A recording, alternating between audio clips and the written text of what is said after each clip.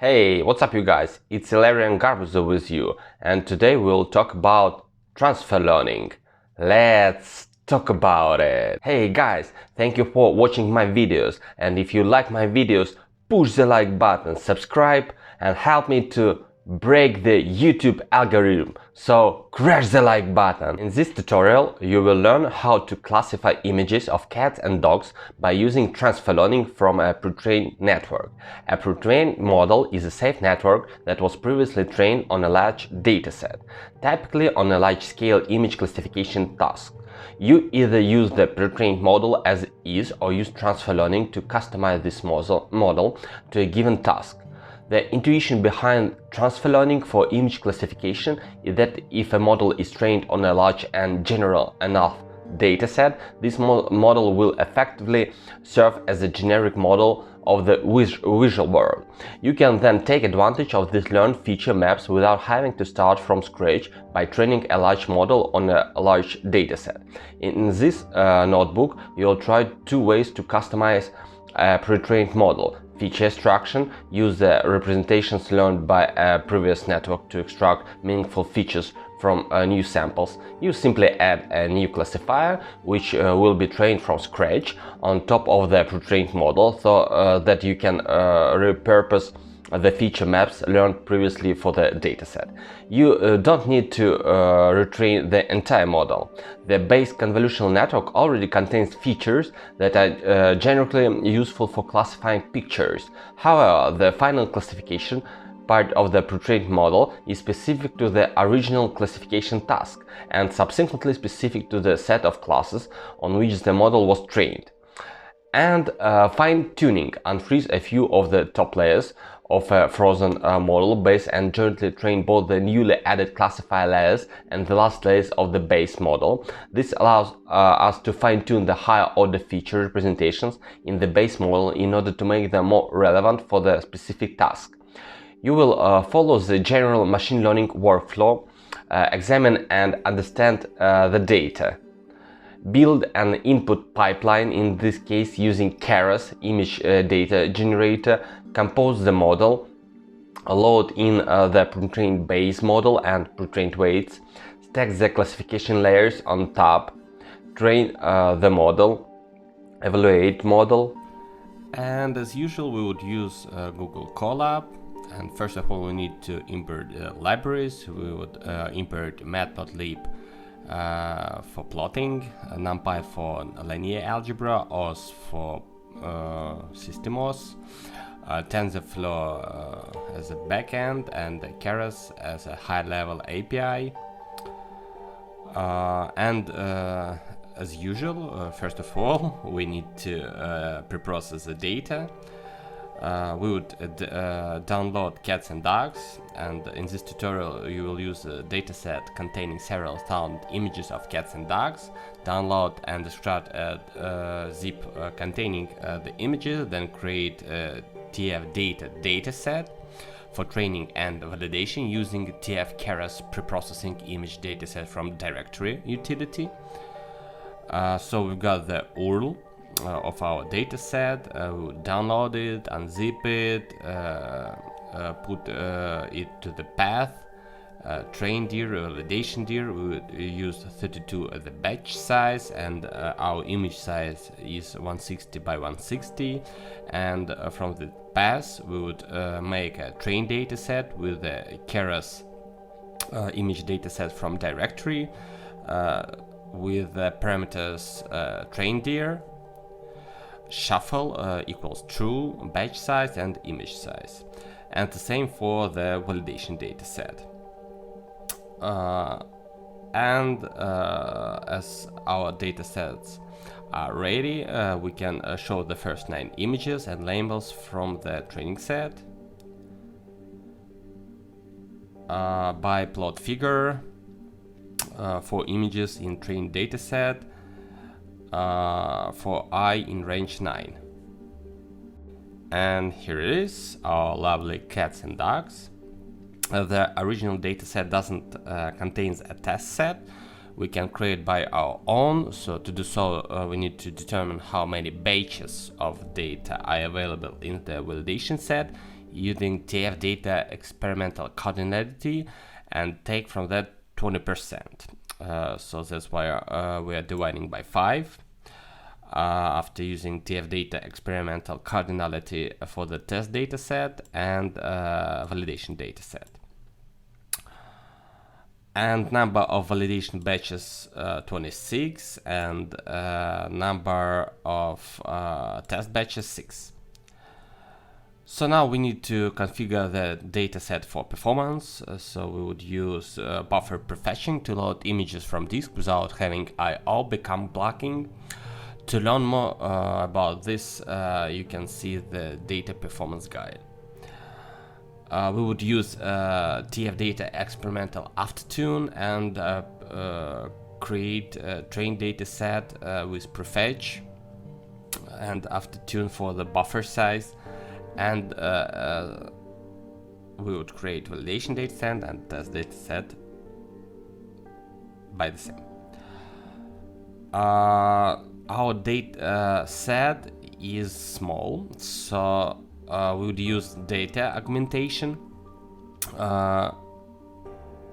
You would use data augmentation when you don't have a large image dataset, and it's a good practice to artificially introduce sample diversity by applying random yet realistic transformations to the training images, such as rotation and horizontal flipping.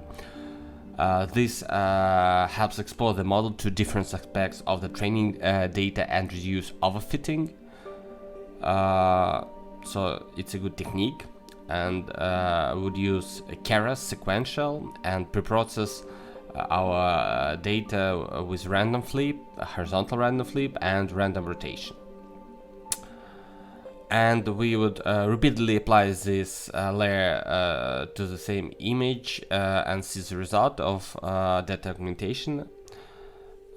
So here you see the result, our puppy in different positions. And as you know, for the convolutional layers, you need to rescale pixel values.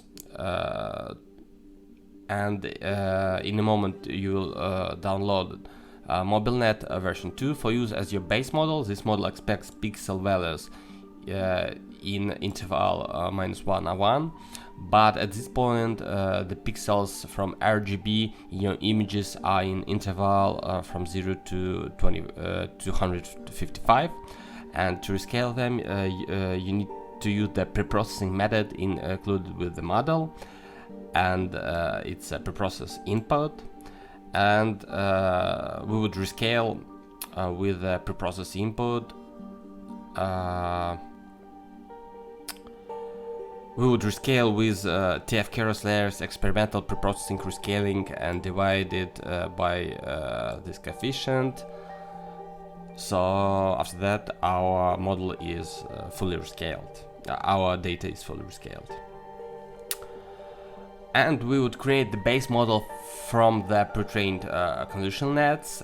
You will create the base model from the MobileNet version 2.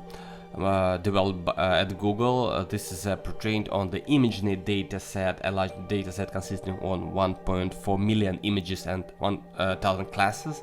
ImageNet is a research training dataset with a wide variety of categories like jackfruit and syringe.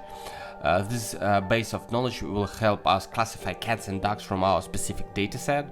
First, you need to pick which layer of MobileNet version 2 you will use for feature extraction, and the very last classification layer on top, at most diagrams of machine learning models go from bottom to top, is not very useful. Instead, you will follow the common practice to depend on the very last layer before the flatten operation. This layer is called the Bottleneck Layer, and the Bottleneck Layer features retain more generality as compared to the final top layer. First instantiate a MobileNet version 2 model preloaded with weights trained on ImageNet by specifying the include top false argument. You load a network that doesn't include the classification layers at the top, which is ideal for feature extraction. So right now what we're doing, we'll create the base model from the pre-trained model, and the base model is MobileNet version 2. with the input shape, and we would not include top layer, and we would use weights from the ImageNet. And this feature extractor converts each 163 image to 5 by 5 by 1280 block of features. And let's see what it does to an example batch of images. So we would use it for transfer learning. And here we go, feature extraction. In this step you will free the convolution base created from the previous step and to use as a feature extractor this model. Additionally, you add a classifier on top of it and train the top level classifier.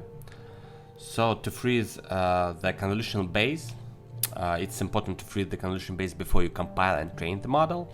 Freezing by setting layer trainable equal false prevent the weights in a given layer from being updated during training. Mobile net version 2 has many layers, so setting the entire model's trainable flag to false will freeze all of them. Important note about batch normalization layers. Many models contain batch normalization layer. This layer is a special case and precautions should be taken in the context of fine-tuning, as shown later in this tutorial. And when you set layer trainable equals false, the batch normalization layer will run in inference mode and won't update its mean and variance statistics. And when you unfreeze a model that contains batch normalization layer in order to do fine-tuning, you should keep the batch normalization layers in inference mode by passing training equals false when calling the base model. Otherwise, the updates applied to the non-trainable weights will destroy what the model has learned. So let's take a look at the base model architecture by base model.summary. We got input, convolution layer, batch normalization with zero pairing, convolution layer, batch normalization, ReLU, many layers of MobileNet, and total parameters 2,257,000 and trainable parameters and zero trainable parameters. And on top of that, we need to add a classification head and to generate predictions from the block of features average over the special 5x5 special locations using TF-Keras layers global average pooling 2D layer to convert the features to a single 1280 element vector per image. So we're using global average pooling after we freeze the base model, and we apply TF-Keras layers dense layer to convert these features into a single prediction per image. So you don't need an activation function here because this prediction will be treated as a logit or a raw prediction value. Positive numbers predict class 1 and negative numbers predict class 0. So we're using dense with one neuron, and here we go. We would build a model by chaining together the data augmentation, rescaling, base model and feature extractor layers using the Keras API. And as previously mentioned, we use training equal false as our model contains a batch normalization layer. So our input shape 160 by 160 by 3. We're using data augmentation. We preprocess input, base model with a training equal false, global average layer, dropout, and here we go. That's our model. We need to compile the model before training it, since there are two classes use a binary cross entropy loss with from logits equal true, since the model provides a linear output. We're using base learning rate with 0.001.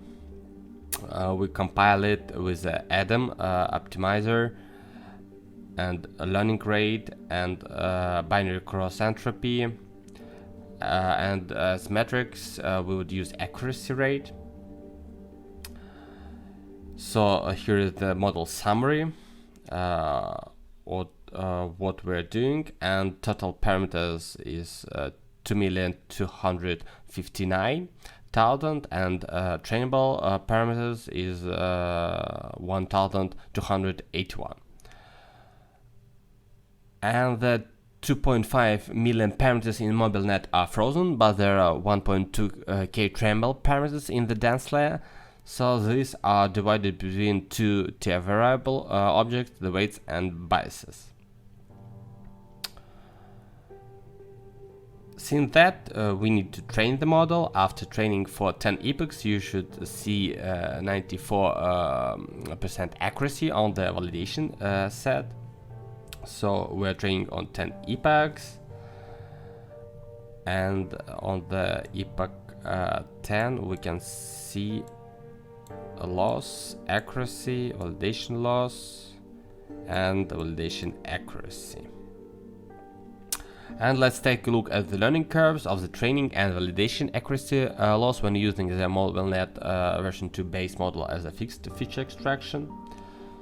Here is a training accuracy, validation accuracy, and training loss and validation loss. And to a lesser extent, it is also because training metrics report the average for an epoch, while validation metrics are evaluated after the epoch. So validation metrics see a model that has trained slightly longer. Thank you. See you tomorrow.